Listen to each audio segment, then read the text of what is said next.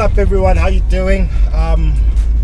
Yeah, so we've been like going through quite a lot of struggles lately with regards to this COVID-19, and we've been learning new things, how to do new things, how to put a whole lot of different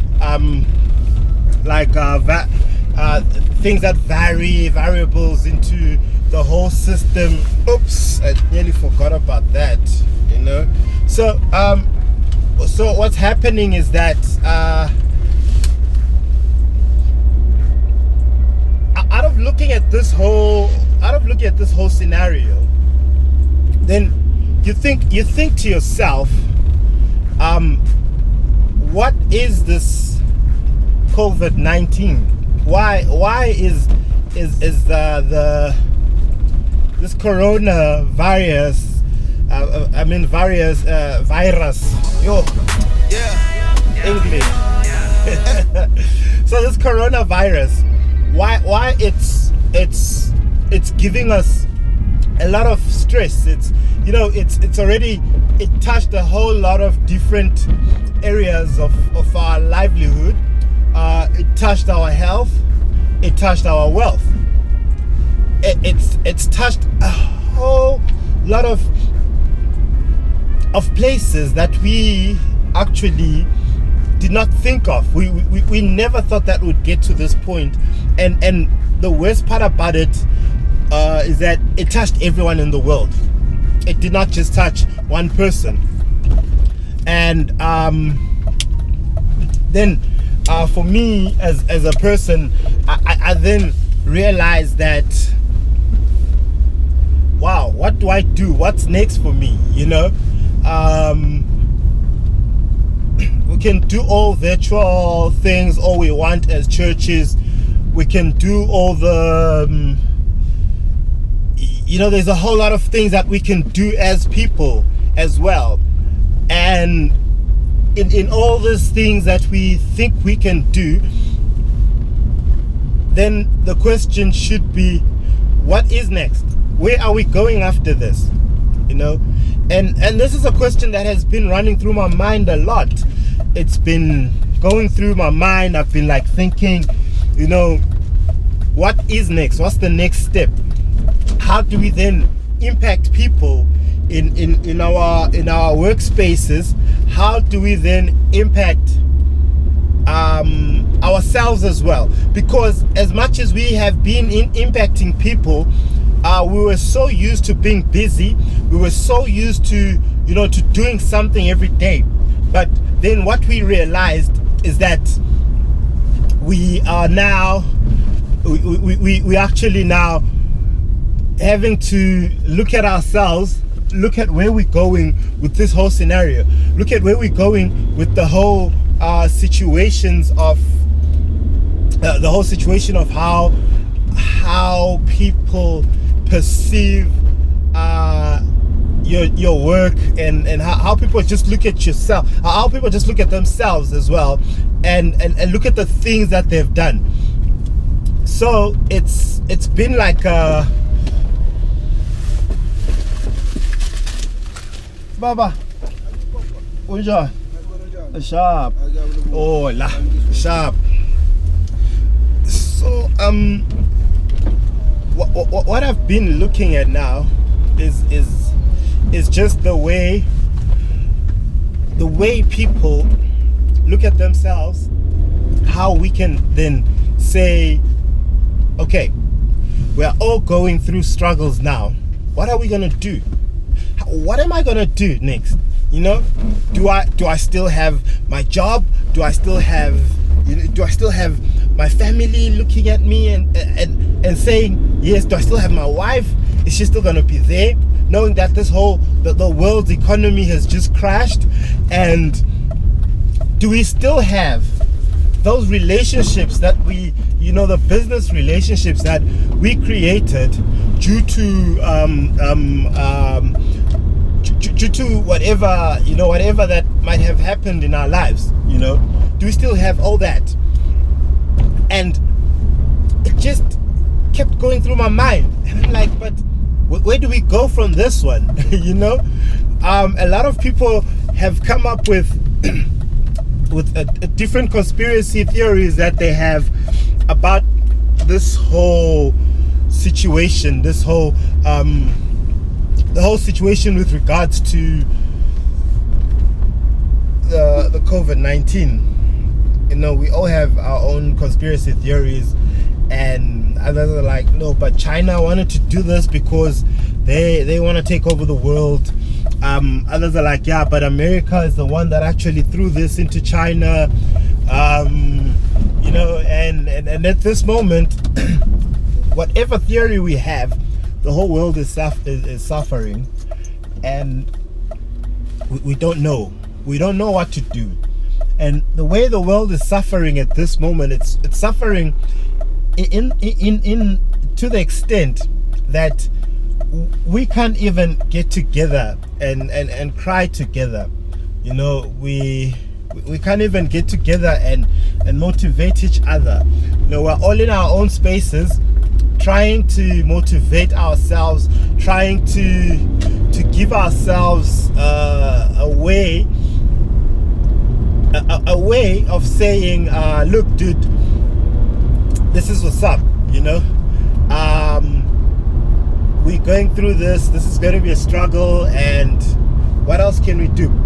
What are we gonna do? It's been really hard for me, I should say, with regards to just the ministry, getting to young people. It's been hard, but it's been going. You know, I haven't like lost my what can I say? I haven't lost you know that whole encouragement of saying, you know, this is not gonna happen anymore. I'm not gonna be able to do this. I've lost it. Life is hard. No, it's actually been the one factor that has pushed me to continue. Now, if I could give you a little history, is that when I started doing ministry, especially with regards to youth ministry, I actually volunteered, left my job to volunteer into ministry, and that's the one thing that kept me going. The fact that, you know, I've done this basically without COVID-19, where I've had to walk to places in order for me to minister to someone. So what then changes it right now, when this whole what then changes it now is that there is something affecting people, and it's affecting everyone. So what am I? Who am I to go against this whole scenario? I am a nobody, basically. But I realize that God is the somebody that's pushing me, that's helping me get to where He wants me to be. You know, and it's all these things. You know, just to I've kept in constant prayer and constant conversation with Him, and it's pushed me so hard that, okay, I can't go and meet the next person, but I can still take myself through this whole ideology. I can take myself through this whole struggle and understand that I've been through this, and I can still go through it right now, but now I need to start finding different avenues into how I can speak to others, you know, because the one thing is, people need someone to talk to, and how then do you talk to somebody if there is no means, you know? And that's how this whole scenario has come about, and it's really it's a tough thing to think of.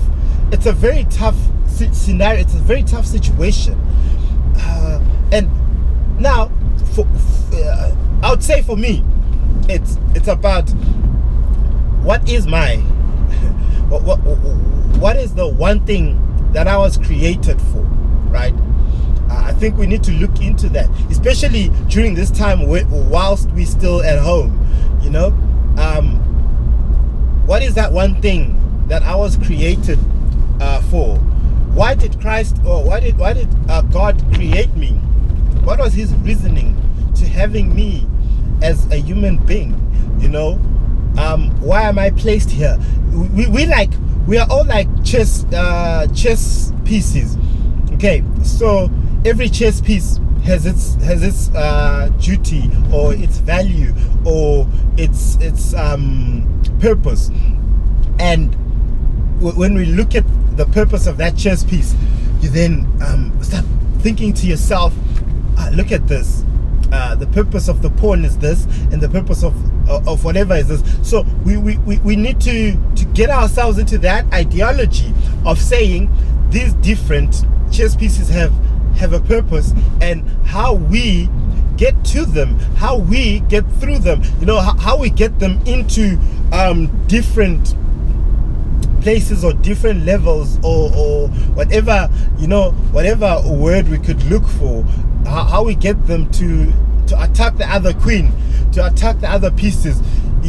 There's a whole way that the chess player, you know, does his thing. He can do a stupid move, and to you it might seem stupid, but to him, he already thinks five moves ahead. And that's what I believe, which is why I believe that if you look at God, when God says he already knew us before we were formed in the womb. So basically, before we were actually created, he already knew what plans he had for us. Okay, so at the end of the day, and he's the same yesterday, today, and tomorrow. So at the end of the day, what he's just saying is that he already knew where he was going to place us at the end, where we're going to end. So it's not like if I do something, or if you do something stupid right now, you cannot, if you do something stupid right now, you will not have there's no other move that you can have. There is other moves that you can have, but only God knows your moves, you know. And I just keep getting encouraged with the fact that, you know, there is people that have been doing a whole lot of different things to encourage others in this time, and that these are the times, these are the moments that we need to work on. These are the things that we need to understand, that it's time for us to look at it, look at ourselves, you know, have an introspection of ourselves, and start thinking of where are we going with this one, you know, where is life taking us in this route? What can we do? What can I do as a person? What is my purpose that I can change things in my life? What am I doing to change things? And that's how we should think of these things. And I believe this is what this whole coronavirus is actually, its purpose is for in this life. What are we doing about ourselves? What can we change?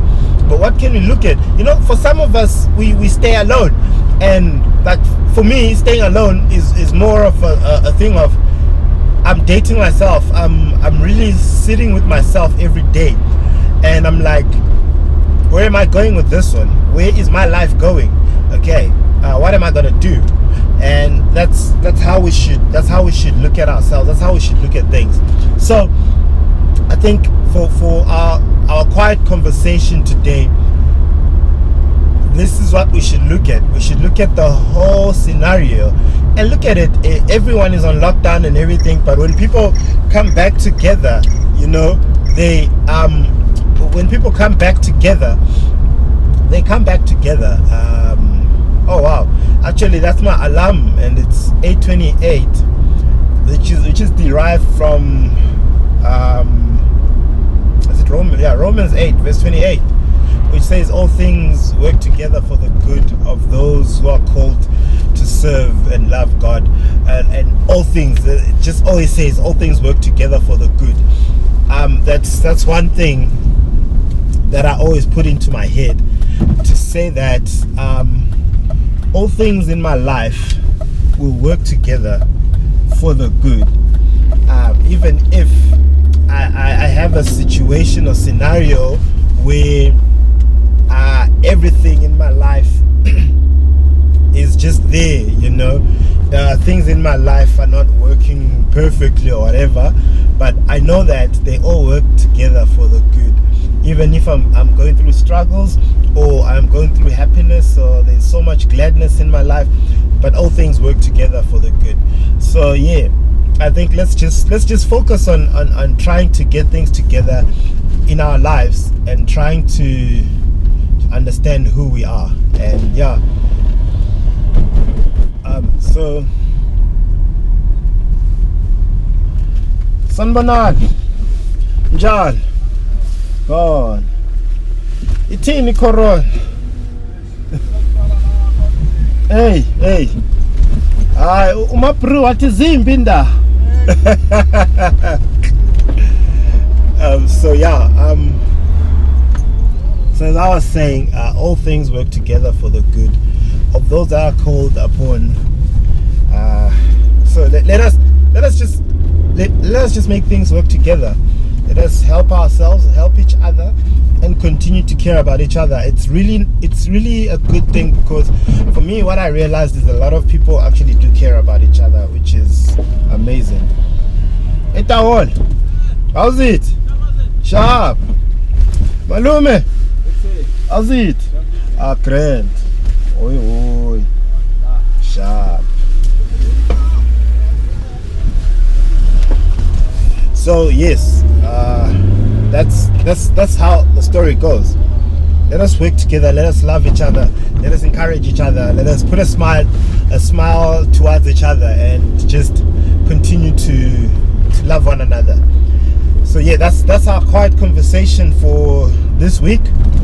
And I like the fact that this has really got us thinking, and we've thought about economy, we've thought about our countries, what's gonna happen with the poor and everything, and I'm really impressed, with what happened, because I'm at the Methodist Church here in Midstream, in South Africa, and we've always had this thing that we do called Feed a Friend, and it's a Methodist thing that we do, and we have this small packet of this is a meal that actually helps 6 people. It can help a family every day, basically. If we could say, if I'm alone, I could have this for 6 days a week, and we're doing these meals are very, very valuable, in the sense of that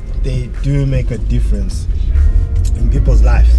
So we're making these meals, and we've been making them for there's homes that we help, but this time we have about 5 churches. Is it 4 or 5 churches in Midstream? It's 4 churches, and there's a fraternal that comes together every month.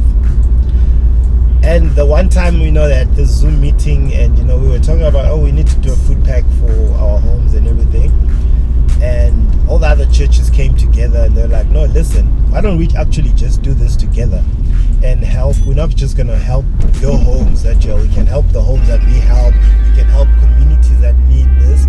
And so far we've been doing very well, and which is why I'm on the road, because I'm going to do the food pack. And these are things that we need to always consider, that as communities, what are we doing to help others, to make an impact unto others? Look, people can have their own views about Midstream being an estate that's covered and everything, but during this time I've actually seen that irregardless of whether you are rich or you are poor or what, people care about each other, and people don't care about what you know until they know that you care. This is one thing that we need to understand. People don't care about what you know, but until they know that you care. So let us have that in our minds, and let us continue to reflect in these situations. So yeah, thank you very much, guys. We will talk again. Yeah, this has been awesome, and I'm sorry I haven't had any videos coming out, any feed coming in, and yeah, we're back at it again. Yeah, so let us enjoy, let us continue praying for each other, let us continue, and yes, pray for each other, you know, let us continue loving each other and helping each other, and God bless you all, and peace.